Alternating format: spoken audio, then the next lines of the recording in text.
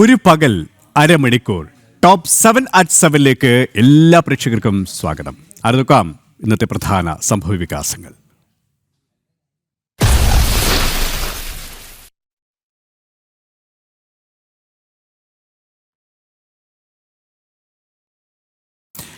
IFFKയിൽ Palestine അനുകൂല സിനിമകൾക്ക് അനുമതിയില്ല. Palestine പാക്കേജിലെ 4 സിനിമകൾ ഉൾപ്പെടെ 19 സിനിമകൾക്കുള്ള പ്രദർശന അനുമതിയാണ് നിഷേധിച്ചത്.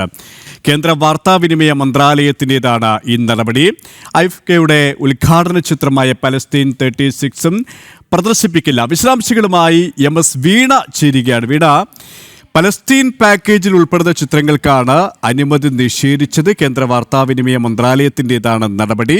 ഈ സാഹചര്യത്തിലാണ് ഇത്തരത്തിലൊരു നടപടി. മറ്റു വിശദാംശങ്ങൾ കൂടി.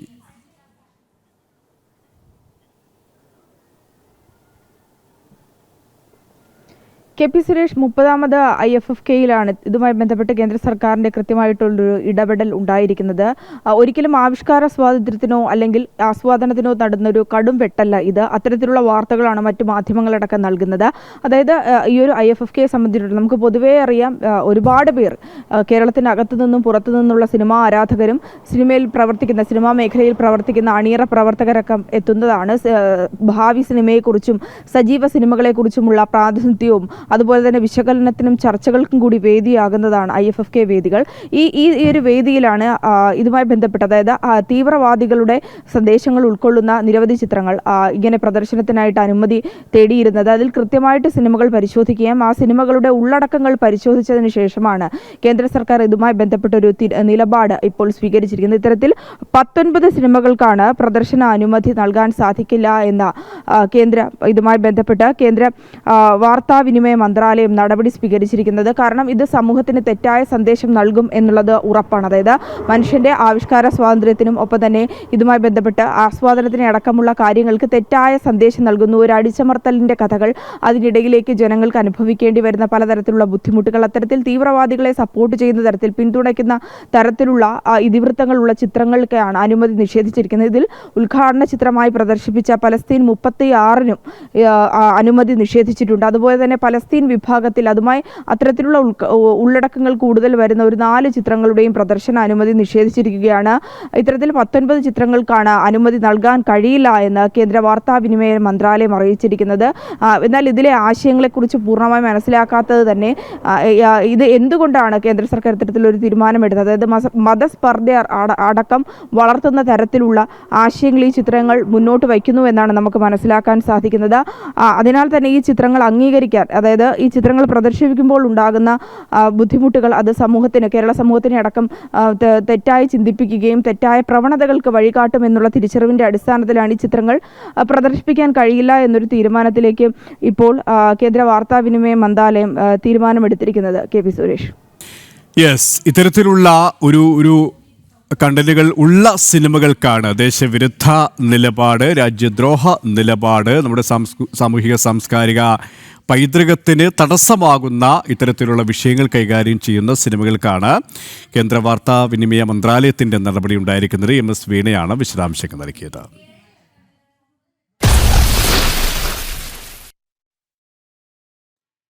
പഹൽഗാം ഭീകരാക്രമണത്തിൽ NIA കുറ്റപത്രം സമർപ്പിച്ചു. 1300 പേജുള്ള കുറ്റപത്രമാണ് ജമ്മു സ്പെഷ്യൽ കോടതിയിൽ സമർപ്പിച്ചത്. കുറ്റപത്രം സമർപ്പിച്ചത് ലഷ്കർ തോയ്ബയുടെയും റെസിസ്റ്റൻസ് ഫ്രണ്ടിൻ്റെയും പങ്ക് വ്യക്തമാക്കിയാണ്. ഭീകരാക്രമണം നടത്തിയ 3 ഭീകരരെ ഓപ്പറേഷൻ മഹാദേവിലൂടെ കൊലപ്പെടുത്തി. സാജിദ്, ഹഷീം എന്നീ ഭീകരർക്ക് ഭീകരാക്രമണത്തിൽ പങ്കെന്നും കുറ്റപത്രത്തിൽ പറയുന്നു. വിശദാംശങ്ങളുമായി ശ്രീകാന്ത് ചിരികാട്. ശ്രീകാന്ത്, 1300 പേജുള്ള കുറ്റപത്രമാണ് NIA സമർപ്പിച്ചത്. പ്രധാനമായും കുറ്റപത്രത്തിലെ പരാമർശങ്ങൾ എന്തൊക്കെയാണ്? ജമ്മുവിലെ പ്രത്യേക കോടതിയിൽ ഇന്ന് വൈകുന്നേരത്തോടെയാണ് NIA സമർപ്പിക്കുകയുണ്ടായത്. അതിൽ ജമ്മു കശ്മീർ കേന്ദ്രമാക്കിയുള്ള കശ്മീർ റെസിസ്റ്റന്റ് ഫ്രണ്ട് എന്ന കൊടും ഭീകര സംഘടനയുടെ പേര് അതിൽ പറയുന്നുണ്ട്. ലഷ്കർ തോയ്ബ എന്ന പാക് സ്പോൺസേർഡ് ഭീകര സംഘടനയുടെ പേര് അതിൽ പരാമർശിക്കുന്നുണ്ട്. അതായത് പാകിസ്ഥാന് ഈ ഭീകരാക്രമണവുമായുള്ള ബന്ധം വരച്ചു കാട്ടുന്നതാണ് ഇന്ന് സമർപ്പിച്ചിട്ടുള്ള ഈ കുറ്റപത്രം. അതോടൊപ്പം ഓപ്പറേഷൻ മഹാദേവിൽ കൊല്ലപ്പെട്ട ഭീകരർക്ക് പുറമെ മറ്റ് 2 ഭീകരരുടെ പേരുകൾ കൂടി ഈ ഭീകരാക്രമണവുമായി ബന്ധപ്പെട്ട് ഈ കുറ്റപത്രത്തിൽ ചൂണ്ടിക്കാണിക്കുന്നുണ്ട്. അവിടെ ഈ ടൂറിസ്റ്റുകൾ എത്തിയ സമയത്ത് അവിടെ ഡിപ്ലോയ്മെന്റ് കുറവായിരുന്നു എന്നും ആ തക്കം മുതലെടുത്ത് ഈ ഭീകരാക്രമണം അഴിച്ചുവിടുകയായിരുന്നു എന്നുള്ള കാര്യവുമാണ് ഇപ്പോൾ വ്യക്തമാക്കിയിട്ടുള്ളതും. അതായത് പാകിസ്ഥാന്റെ പൂർണ്ണമായ പിന്തുണയോടെ ലഷ്കർ-എ ത്വയ്ബയും കശ്മീർ റെസിസ്റ്റന്റ് ഫ്രണ്ടും നടപ്പാക്കിയ ഏറ്റവും ക്രൂരമായ ഹീനകൃത്യം എന്നാണ് അവതരിപ്പിക്കപ്പെട്ടിട്ടുള്ളത്. യെസ്, ഡൽഹി നിന്നുമേ ശ്രീകാന്താണ് വിശദാംശങ്ങൾ നൽകിയത്. BJP ദേശീയ വർക്കിംഗ് പ്രസിഡന്റായി ബീഹാറിൽ നിന്നുള്ള നിതിൻ നബീൽ ചുമതലയേറ്റു. ഡൽഹിയിലെ പാർട്ടി ആസ്ഥാനത്തെത്തിയ നിതിനെ കേന്ദ്ര ആഭ്യന്തരമന്ത്രി അമിത്ഷാ, BJP ദേശീയ അധ്യക്ഷൻ JP നദ്ദ, പീയൂഷ് ഗോയൽ, ധർമ്മേന്ദ്ര പ്രധാൻ, രവിശങ്കർ പ്രസാദ്, ഡൽഹി മുഖ്യമന്ത്രി രേഖ ഗുപ്ത എന്നിവരുൾപ്പെടെയുള്ള മുതിർന്ന നേതാക്കൾ സ്വീകരിച്ചു. BJP പാർലമെന്ററി ബോർഡാണ് നിതിൻ നബീനെ നിയോഗിച്ചത്. നിലവിൽ ബീഹാറിൽ നിതീഷ് മന്ത്രിസഭയിലെ അംഗമാണ് നിതിൻ നബീൽ. 1980 മെയ് 23 ജനിച്ച അദ്ദേഹം നിയമസഭാ തെരഞ്ഞെടുപ്പുകളിൽ തുടർച്ചയായി വിജയം നേടിയ ഒരു ജനപ്രിയ നേതാവാണ്. ഛത്തീസ്ഗഡിൽ കോൺഗ്രസിന്റെ കോട്ട തകർത്ത് BJP വൻ തിരിച്ചുവരവ് നടത്തിയ തെരഞ്ഞെടുപ്പിലൂടെയാണ് നിതിൻ നബീൽ എല്ലാവരുടെയും ശ്രദ്ധ നേടിയത്. ചരിത്രത്തിലെ പ്രായം കുറഞ്ഞ വർക്കിംഗ് പ്രസിഡന്റാണ് നിതിൻ നബീൽ.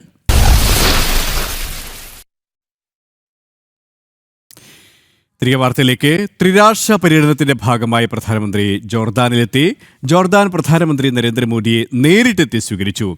ജോർദാൻ രാജാവ് അബ്ദുള്ള രണ്ടാമനുമായി നരേന്ദ്രമോദി കൂടിക്കാഴ്ച നടത്തും. ഭാരതം ജോർദാൻ ഉഭയകക്ഷി ബന്ധം ശാക്തീകരിക്കുമെന്ന് പ്രധാനമന്ത്രി എക്സിൽ കുറിച്ചു. വിശദാംശങ്ങളുമായി ഇന്റർനാഷണൽ ഡെസ്കിൽ നിന്നും ഐസൻ ജോസ് ചേരുകയാണ്. ഐസൻ, ത്രിരാഷ്ട്ര സന്ദർശനത്തിന്റെ ഭാഗമായാണ് പ്രധാനമന്ത്രി ജോർദാനിലെത്തിയത്. ജോർദാനിൽ ഉജ്ജ്വലമായ സ്വീകരണം തന്നെയാണ് പ്രധാനമന്ത്രി നരേന്ദ്രമോദിക്ക് രാജ്യം നൽകിയത്. ഒപ്പം ഉഭയകക്ഷി ബന്ധം ദൃഢമാക്കുമെന്നും അദ്ദേഹം എക്സിൽ കുറിക്കുകയുണ്ടായി. സന്ദർശനത്തിന്റെ നിർണായകമായ ചർച്ചകളുടെ മറ്റ് വിശദാംശങ്ങൾ കൂടി. തീർച്ചയായും സുരേഷ്, ഈ സന്ദർശനത്തിൻ്റെ നിർണായകമായ ചർച്ചകൾ എന്ന് ഉദ്ദേശിക്കുന്നത് നാളെയും ഇന്നുമായി നടക്കാനിരിക്കുന്ന ചർച്ചകളിൽ ഏറ്റവും പ്രധാനമാവുക ഭീകരതയും അതുപോലെ തന്നെ ഭീകരവാദവുമായി ബന്ധപ്പെട്ട വിഷയങ്ങളും അതുപോലെ തന്നെ ഭക്ഷ്യസുരക്ഷയുമായി ബന്ധപ്പെട്ട വിഷയങ്ങളും ഇരു രാജ്യങ്ങളും ചർച്ച ചെയ്യുമെന്നാണ് നമുക്കിപ്പോൾ മനസ്സിലാക്കാൻ സാധിക്കുന്നത്. നേരത്തെ സുരേഷ് സൂചിപ്പിച്ചതുപോലെ ഏതാണ്ട് മണിക്കൂറുകൾക്ക് മുമ്പാണ് പ്രധാനമന്ത്രി നരേന്ദ്രമോദി ജോർദാനിലെത്തിയത്. ജോർദാൻ രാജാവ് അബ്ദുള്ളയുമായും അതുപോലെ തന്നെ ജോർദാനിലെ പ്രധാനമന്ത്രി നേരിട്ടെത്തിയാണ് അദ്ദേഹത്തെ സ്വീകരിക്കുകയും ചെയ്തത്. ജോർദാൻ പ്രധാനമന്ത്രി ജാവേദ് നസാർ വിമാനത്താവളത്തിലെത്തി അദ്ദേഹത്തെ സ്വീകരിക്കുകയും ചെയ്തു. ഇപ്പോൾ നമുക്ക് ലഭ്യമാകുന്ന വിവരങ്ങളനുസരിച്ച് ഒരു ഊഷ്മളമായ സ്വീകരണമാണ് അദ്ദേഹത്തിന് ലഭിച്ചതെന്നും ദൃശ്യങ്ങളിൽ നിന്ന് മനസ്സിലാക്കാൻ സാധിക്കുന്നു. ഇന്ത്യൻ ജനതയും അവിടെയുള്ള ഇന്ത്യൻ ജനതയും എല്ലാം തന്നെ അത്തരത്തിലുള്ള ഊഷ്മളമായൊരു സ്വീകരണം അദ്ദേഹത്തിന് നൽകിയെന്ന റിപ്പോർട്ടുകളും നമുക്ക് മനസ്സിലാക്കാൻ സാധിക്കുന്നുണ്ട്. നേരത്തെ സൂചിപ്പിച്ചതുപോലെ ഭീകരതയ്ക്കെതിരായ പോരാട്ടം ശക്തമാക്കുക, ഭക്ഷ്യസുരക്ഷയുമായി ബന്ധപ്പെട്ട വിഷയങ്ങളിൽ ശക്തമായി സഹകരിക്കുക എന്ന ലക്ഷ്യമാണ് ഇരു രാജ്യങ്ങൾക്കും പ്രധാനമായുള്ളത്. മറ്റൊരു പ്രധാന വിഷയം എടുത്തു പറയേണ്ടത് ഇന്ന് ഈ സംഭവം, അതായത് ഈ സന്ദർശനം നടക്കുന്ന വേളയിൽ തന്നെയാണ് ഭോണ്ടായ ആക്രമണം നടന്നത് എന്നതുമാണ്. ഈ ഭോണ്ടായ ആക്രമണത്തിൻ്റെ പശ്ചാത്തലം കൂടി ചർച്ചയിൽ ഉയർന്നു വരുമെന്ന സൂചനകളും പുറത്തു വരുന്നുണ്ട്. സുരേഷ്, ഐസനൊപ്പം തന്നെ ത്രിരാഷ്ട്ര സന്ദർശനത്തിന്റെ മറ്റ് വിശദാംശങ്ങൾ കൂടി, പ്രത്യേകിച്ച് ജോർദാനിൽ അദ്ദേഹം എത്തി. ഈ രാജ്യങ്ങളിലെ സന്ദർശനം നമുക്കറിയാവുന്നതുപോലെ തന്നെ മിക്ക രാജ്യങ്ങളും അദ്ദേഹം സന്ദർശിക്കുന്നു. ലോക രാജ്യങ്ങളുടെ എല്ലാ അംഗീകാരങ്ങളും ആദരവും അദ്ദേഹം ഏറ്റുവാങ്ങുന്നു. അതുകൊണ്ട് തന്നെ ഭാരതം അതിവേഗത്തിൽ കുതിച്ചുവരികയാണ്, ലോകരാജ്യങ്ങളുടെ അംഗീകാരം നേടുകയുമാണ്. ഈ ഒരു ഘട്ടത്തിൽ അദ്ദേഹത്തിൻ്റെ ഈ നയതന്ത്ര ബന്ധം ഊഷ്മളമാക്കാൻ, ഊട്ടിയുറപ്പിക്കാനുള്ള അദ്ദേഹത്തിൻ്റെ ഈ സന്ദർശനത്തിൻ്റെ പ്രത്യേകതകളും പ്രാധാന്യവും.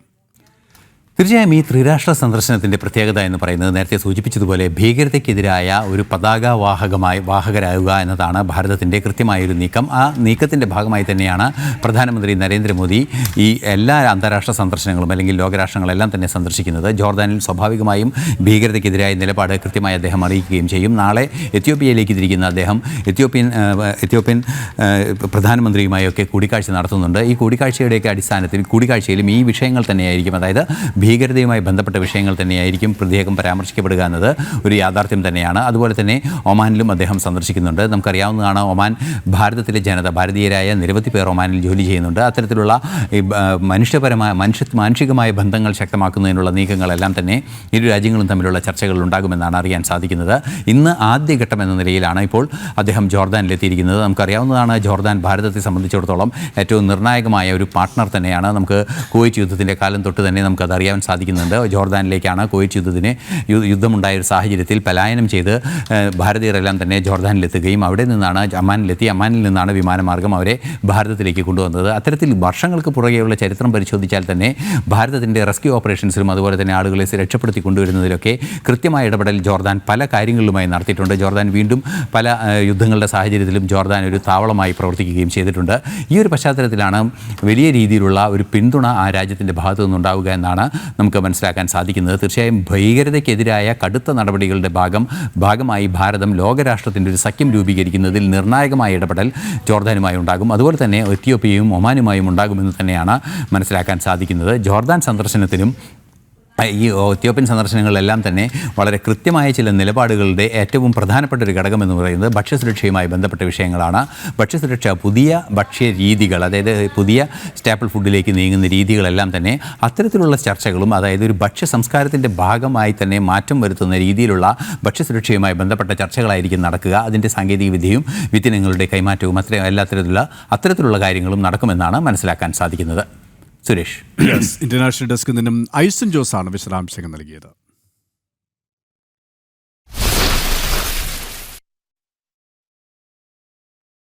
മുൻ എംഎൽഎയും ദേവസ്വം ബോർഡ് മുൻ പ്രസിഡന്റുമായ പത്മകുമാറിനെതിരെ ഉടൻ പാർട്ടി നടപടിയില്ലെന്ന് CPM സംസ്ഥാന സെക്രട്ടറി MV ഗോവിന്ദൻ. ശബരിമല സ്വർണ്ണക്കവർച്ചയിൽ അന്വേഷണം പൂർത്തിയാകാതെ നടപടിയില്ല. സ്വർണ്ണക്കൊള്ള തെരഞ്ഞെടുപ്പ് വിഷയമായിരുന്നെങ്കിൽ BJPക്ക് വലിയ ഭൂരിപക്ഷമായെന്നും MV ഗോവിന്ദൻ തിരുവനന്തപുരത്ത് പറഞ്ഞു. ഒരു മാറ്റമില്ല. എന്തിനു മാറ്റം? ഞങ്ങൾ പറഞ്ഞതില്ല, അങ്ങ് പറഞ്ഞതിന് ഇന്നും ഞങ്ങൾ അങ്ങനെ അവസരവാദപരമായ നിലപാടൊന്നും സ്വീകരിച്ചിട്ടില്ല. നോക്കട്ടെ, അന്വേഷണം പൂർത്തിയാവാതെ നടപടിയെടുക്കുന്ന പ്രശ്നമില്ല. ഇപ്പോഴും ശബരിമലയുടെ ഭാഗമായിട്ടുള്ള നേട്ടം ഉണ്ടായിരുന്നുവെങ്കിൽ BJPക്ക് ഇത്രയൊന്നും സീറ്റ് കിട്ടിയാൽ പോരല്ലോ.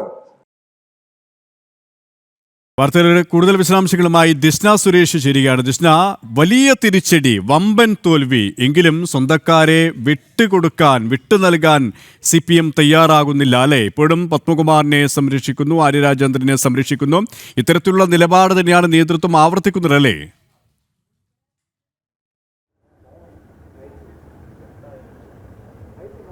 തീർച്ചയായും KP സൂചിപ്പിച്ചതുപോലെ തന്നെ ഈ സ്വർണ്ണക്കൊള്ളയുമായി ബന്ധപ്പെട്ട ഈ വിഷയവുമായി ബന്ധപ്പെട്ട പ്രധാനമായും പത്മകുമാറിനെ ആദ്യഘട്ടം മുതൽ പാർട്ടി സംരക്ഷിക്കുന്നത് നമ്മൾ കണ്ടതാണ്. എന്നാൽ ഒരു ഘട്ടത്തിൽ ഈ അറസ്റ്റ് ഉൾപ്പെടെയുള്ള കാര്യങ്ങൾ നടന്നപ്പോൾ പാർട്ടി തദ്ദേശ തെരഞ്ഞെടുപ്പിന് ശേഷം തീരുമാനമുണ്ടാവുമെന്ന് തന്നെയാണ് MV ഗോവിന്ദൻ വ്യക്തമാക്കിയിട്ടുള്ളത്. പക്ഷേ ഇപ്പോൾ മാധ്യമപ്രവർത്തകരുടെ ചോദ്യത്തിനാണ് കോടതിയിൽ കുറ്റക്കാരനാണെന്ന തെളിവ് സഹിതം തിരിച്ചറിയുമ്പോൾ, അല്ലെങ്കിൽ അത്തരത്തിലൊരു കൃത്യമായൊരു വിശകലനം ലഭിക്കുമ്പോൾ മാത്രമായിരിക്കും പത്മകുമാറിനെതിരെ നടപടി ഉണ്ടാവുക എന്ന് തന്നെയാണ് MV ഗോവിന്ദൻ വ്യക്തമാക്കിയിട്ടുള്ളത്. നമുക്കറിയാം, അത്തരത്തിൽ പത്മകുമാറിനെ സംരക്ഷിക്കുന്ന നിലപാടിലേക്ക് പാർട്ടി മാറുന്നു എന്ന് തന്നെയാണ് നമുക്ക് മനസ്സിലാക്കാൻ സാധിക്കുന്നത്. തിരുവനന്തപുരം കോർപ്പറേഷനിൽ ഇടത് മുന്നണിയെ തോൽപ്പിച്ചുകൊണ്ട് ചരിത്ര വിജയം നേടിയെടുക്കാൻ BJPക്ക് കഴിഞ്ഞുവെങ്കിലും ആ വിജയത്തെ ഒന്നും തന്നെ അംഗീകരിക്കാൻ MV ഗോവിന്ദൻ തയ്യാറായിട്ടില്ല എന്ന് തന്നെയാണ് നമുക്ക് മനസ്സിലാക്കാൻ സാധിക്കുന്നത്. അത്തരത്തിൽ സ്വർണ്ണക്കൊള്ള ഒരു പ്രചാരണ വിഷയമായി മാറിയിട്ടുണ്ടെങ്കിൽ BJPക്ക് കൂടുതൽ ഭൂരിപക്ഷം കിട്ടിയേനെ, കൂടുതൽ വോട്ട് ശതമാനം ഉണ്ടായേനെ എന്നൊക്കെയുള്ള ന്യായീകരണവുമായാണ് MV ഗോവിന്ദൻ രംഗത്ത് വരുന്നത്. അതോടൊപ്പം തന്നെ ആര്യ രാജേന്ദ്രന്റെ പ്രവർത്തനം നമുക്കറിയാം. പ്രചാരണ രംഗത്തൊന്നും തന്നെ ആര്യ രാജേന്ദ്രൻ ഉണ്ടായിരുന്നില്ല.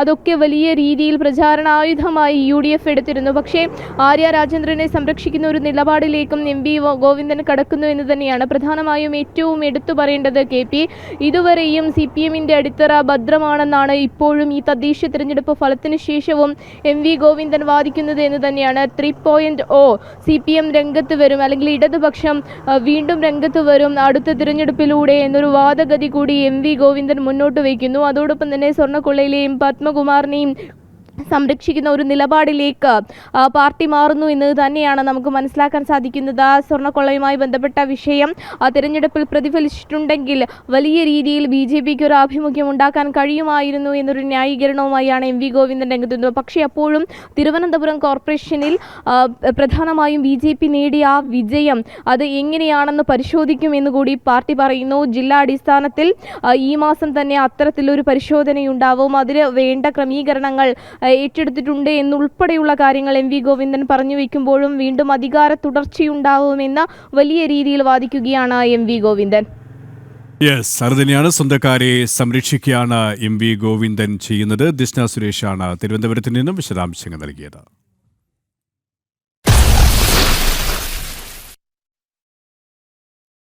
സ്വർണ്ണ കവർച്ചാ കേസിൽ പ്രതികളായ ഉണ്ണികൃഷ്ണൻ പൂറ്റിയെയും മുരാരി ബാബുവിനെയും പ്രത്യേക അന്വേഷണ സംഘത്തിന്റെ കസ്റ്റഡിയിൽ വിട്ടു. SITയുടെ അപേക്ഷ പരിഗണിച്ച കൊല്ലം വിജിലൻസ് കോടതിയാണ് 2 ദിവസത്തേക്ക് കസ്റ്റഡിയിൽ വിട്ടത്. അതേസമയം ഇരു കേസുകളിലും പ്രതിയായ ദേവസ്വം ബോർഡ് മുൻ എക്സിക്യൂട്ടീവ് ഓഫീസർ സുധീഷ് കുമാറിന് കോടതി ജാമ്യം നൽകിയില്ല. പുതുതായി ശേഖരിച്ച തെളിവുകളുടെ അടിസ്ഥാനത്തിൽ ഇരു പ്രതികളെയും ചോദ്യം ചെയ്യാനാണ് SIT കൊല്ലം വിജിലൻസ് കോടതിയിൽ കസ്റ്റഡി അപേക്ഷ സമർപ്പിച്ചത്. അപേക്ഷ പരിഗണിച്ച കോടതി റിമാൻഡിലായിരുന്ന ഉണ്ണികൃഷ്ണൻ പോറ്റിയെയും മുരാരി ബാബുവിനെയും 2 ദിവസത്തേക്കാണ് പ്രത്യേക അന്വേഷണ സംഘത്തിന്റെ കസ്റ്റഡിയിൽ വിട്ടത്. കസ്റ്റഡിയിൽ വാങ്ങിയ പ്രതികളെ തിരുവനന്തപുരത്ത് എത്തിച്ചാണ് ചോദ്യം ചെയ്യുക. മുരാരി ബാബുവിനെ ദ്വാരപാലക ശില്പക്കേസിലും ഉണ്ണികൃഷ്ണൻ പോറ്റിയെ കട്ടിളപ്പാളി കേസിലുമാണ് കസ്റ്റഡിയിൽ വിട്ടത്. വിശദമായ ചോദ്യം ചെയ്യലിന് ശേഷം നാളെ വൈകിട്ട് വീണ്ടും കോടതിയിൽ ഹാജരാക്കും. കേസിൽ ഉന്നതരുടെ പങ്കും അന്വേഷണ സംഘം പരിശോധിക്കുന്നുണ്ട്. അതേസമയം ശബരിമല സ്വർണ്ണക്കവർച്ച കേസിൽ പ്രതിയായ ദേവസ്വം ബോർഡ് മുൻ എക്സിക്യൂട്ടീവ് ഓഫീസർ സുധീഷ് കുമാറിന് കോടതി ജാമ്യം നൽകിയില്ല. കട്ടിളപ്പാളി കേസിലെയും ദ്വാരപാലക ശില്പക്കേസിലെയും ജാമ്യാപേക്ഷകളാണ് കൊല്ലം വിജിലൻസ് കോടതി ഇന്ന് തള്ളിയത്. സുധീഷിനല്ല, തിരുവാഭരണം കമ്മീഷണർക്കാണ് ഉത്തരവാദിത്തമെന്നതായിരുന്നു പ്രതിഭാഗം വാദം. എന്നാൽ ഉദ്യോഗസ്ഥൻ എന്ന നിലയിൽ സുധീഷ് കുമാറിനും പങ്കുണ്ടെന്ന് പ്രോസിക്യൂഷൻ വാദിച്ചു. പ്രോസിക്യൂഷന് വേണ്ടി അഡ്വക്കേറ്റ് സിജു രാജൻ ഹാജരായി. ജനം, കൊല്ലം.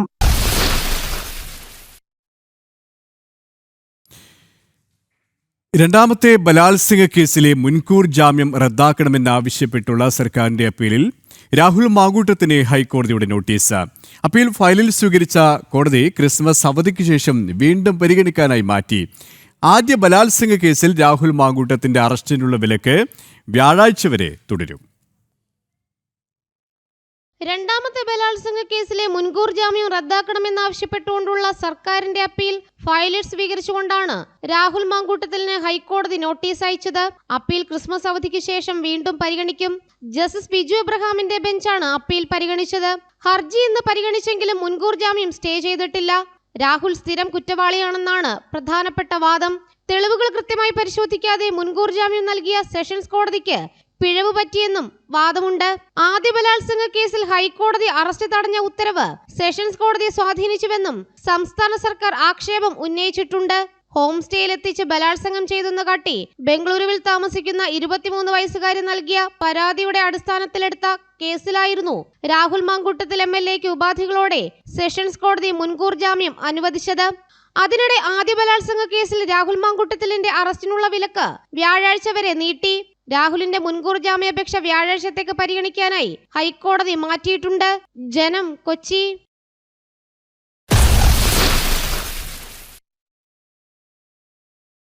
അയ്യപ്പസ്വാമിയുടെ പൂങ്കാവനം വർണ്ണനകൾക്ക് അതീതമാണ്. കാടും മേടും കാട്ടാറും താണ്ടിയെത്തുന്ന ഭക്തർക്ക് മനഃശാന്തിയുടെ കുളിർ പകരുകയാണ് അയ്യന്റെ കാനനം. കാട്ടാനയും കാട്ടരുവിയും എന്നിങ്ങനെ സകല പ്രകൃതി സസ്യജീവജാലങ്ങളും ഒന്നായി ചേരുന്ന കാനനത്തിലെ മനോഹര കാഴ്ചകളാണിനി. ഈ മനോഹര കാഴ്ചയോടെ ഈ ബുള്ളറ്റിൻ ഇവിടെ പൂർണ്ണമാവുകയാണ്. നമസ്തേ. മണികണ്ഠസ്വാമിയേ, ശബരിമല ധർമ്മശാസ്താവേ, ധ്യാനസ്വരൂപനേ, കാനനവാസനേ, ഏകാന്തവാസനേ.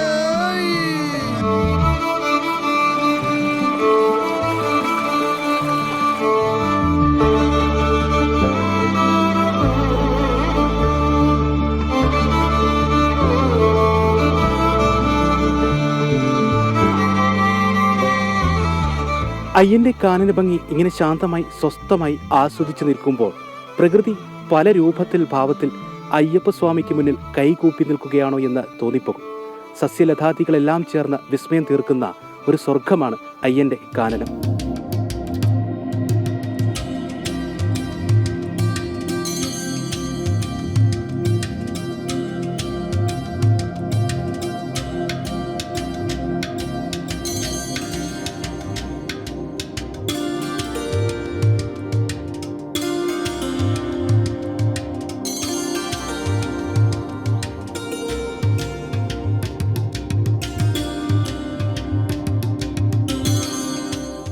അയ്യന്റെ പൂങ്കാവനത്തിലെ മനോഹര കാഴ്ചകൾ കണ്ട് എത്തിയിരിക്കുന്നത് ഉരക്കുഴി തീർത്ഥത്തിലാണ്. പാണ്ടിത്താവളത്തിൽ നിന്നും 300 മീറ്റർ മുന്നോട്ട് സഞ്ചരിച്ചാൽ ഒറ്റയടി പാതയിലൂടെ എത്തുക ഉരക്കുഴി തീർത്ഥത്തിലേക്കാണ്. പുൽമേട് പാതയിലൂടെ എത്തുന്ന ഭക്തരുടെ പ്രധാന സ്നാനഘട്ടവും ഉരക്കുഴി തീർത്ഥമാണ്.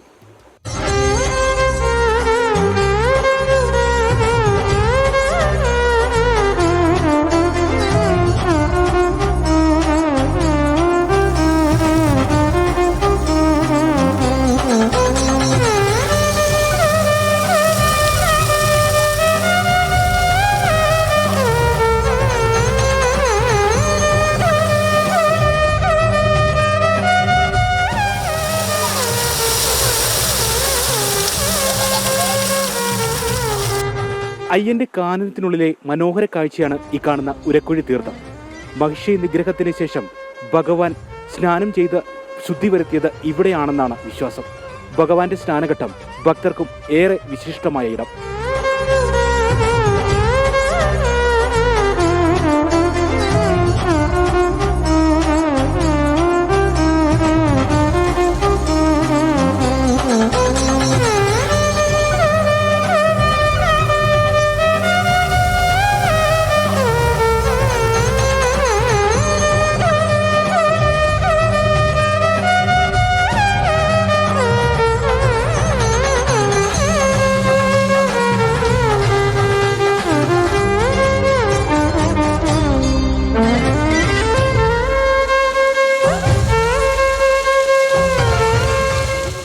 ഇത് വളരെ ഒരു അപൂർവമായിട്ടുള്ളൊരു അനുഭവമാണ്.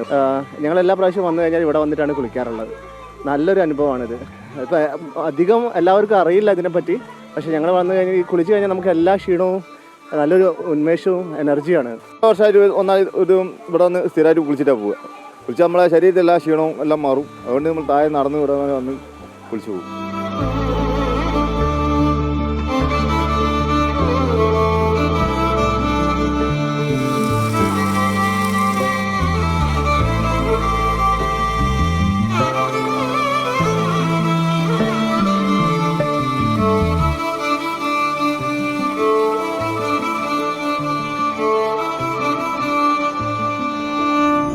പ്രകൃതിയോടലിഞ്ഞുള്ള പ്രാർത്ഥന അത് അനുഭവിച്ചറിയുക തന്നെ വേണം. അത്രയും മനോഹരമാണ്, വാക്കുകൾക്കതീതമാണ് അയ്യന്റെ പൂങ്കാവനത്തിലെ ഓരോ ഇടവും. കാനന ഭംഗി പകർത്തിയ ക്യാമറമാൻ സന്തോഷ് മണ്ണാർക്കാടിനൊപ്പം മിഥുൻ മുരളി, ജനം സന്നിധാനം.